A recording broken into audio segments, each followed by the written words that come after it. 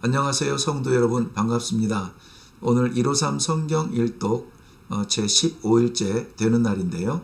오늘은 레위기 10장부터 15장까지 읽게 됩니다. 레위기 10장 안내를 해드리면 제사장 아론의 아들 나답과 아비후의 불행으로 시작이 되고 있습니다. 그들도 제사장이었죠. 제사장들이 제사를 드리다가 제단에서 죽습니다. 이유는 다른 불로 분향하였다는 것입니다. 두 가지 의문이 생깁니다. 다른 불은 뭘까? 도대체 왜 그랬을까? 다른 불에 대하여는 분명하게 설명하지 않습니다. 단 제단의 향은 반드시 번제단의 불을 사용하여야 하도록 되었습니다. 16장 12절과 출애굽기 27장 3절에 기록되었고요. 그들이 사용한 불이 어떤 불이냐가 중요한 것이 아니라 다른 불이라는 것입니다. 아마 본인들 생각에는 이것도 괜찮을 거라고 생각했던 모양입니다. 이 일 후에 바로 9절에 보면 너와 내 자손들이 회막에 들어갈 때 포도주나 독주를 마시지 말라. 그리하여 너희 죽음을 면하라고 하십니다. 회막에 들어가는 모든 사람들이 다 거룩하며 그렇게 쓰임받는 것은 아닌 것 같습니다. 그 안에서도 규례를 어기거나 지켜지지 않으면 죽음을 면할 수가 없다는 것이죠. 레위기 11장입니다. 11장부터 15장까지는 이스라엘 백성의 정결에 대하여 기록되고 있습니다. 때로는 부정한 것들이 있기는 합니다만 그러나 부정을 떠나서 그것이 따라야 될 규례라면 반드시 지켜야 합니다. 특별히 광야에서의 야영 생활을 계속하게 된다면 한두 사람의 질병이 공동체에 영향을 끼칠 수도 있게 됩니다. 그러나 궁극적으로는 이러한 것들을 정함과 부정함으로 나누었다면 그것은 음식에 대한 것이 아니라 절제와 정결함에 대한 것이 되는 것입니다. 그렇다면 이런 초보적인 규제를 넘어서 먹든지 마시든지 무엇을 하든지 다 하나님의 영광을 위하여 하라고 하는 이러한 고차원적인 신앙의 절개가 우리들에게 필요하지 않겠나 하는 생각이 듭니다. 레위기 12장입니다. 출산한 여인의 정결법을 기록하고 있습니다. 나마를 낳으면 7일 동안의 부정한 기간과 33일을 더해서 40일을 기다려야 하고요. 여아를 낳으면 14일의 부정기간과 66일을 더해서 80일을 기다려야 합니다. 40일은 완전수 4의 10곱이죠. 그리고 80은 이것의 2배입니다. 완전한 정결함이 회복되기까지 인내하며 기다릴 것을 말씀하고 있는 것 같습니다. 왜 출산의 정결 기간이 필요할까요?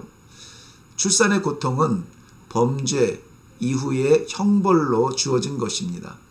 그렇기 때문에 회복의 기간을 갖고 몸의 정결과 영혼의 정결을 위해서 기도하며 인내할 것입니다. 출산과 할례의 영적 의미는 모두 정결과 거룩입니다. 특히 하나님의 약속으로 구별된 백성임을 표시하는 할례는 엄격하게 지켜져야 했고 이후에는 마음의 할례로 진정성을 더욱 중요시하게 되었습니다. 신명기 30장 1절에서 8절과 로마서 2장 25절 이후에 설명을 더 기록하고 있습니다. 레위기 13장입니다. 나병에 관한 관리입니다. 나병을 다른 설명으로 옮기자면 넓은 의미로 악성 피부병을 뜻합니다. 1절부터 8절에 보면 의심스러운 증세를 보이고요. 9절부터 11절은 실제적인 증세를 설명합니다.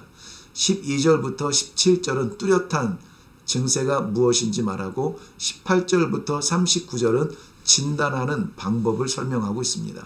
40절부터 44절까지는 머리에 발병한 나병에 대하여서 그리고 45절부터 46절은 처리하는 방법에 대하여서 47절부터 59절까지는 옷에 생긴 나병에 대한 설명으로 기록되었습니다. 나병. 처음에는 잘 눈에 띄지도 않고 고통도 없다가 점진적으로 확장되고 자신뿐만이 아니라 이웃에까지 해가 되는 것입니다. 그러므로 나병은 분리되어지고 치료법이 달리 없습니다. 제사장이 철저한 규명 아래 관리해야 될 그러한 질병이죠. 레위기 14장입니다.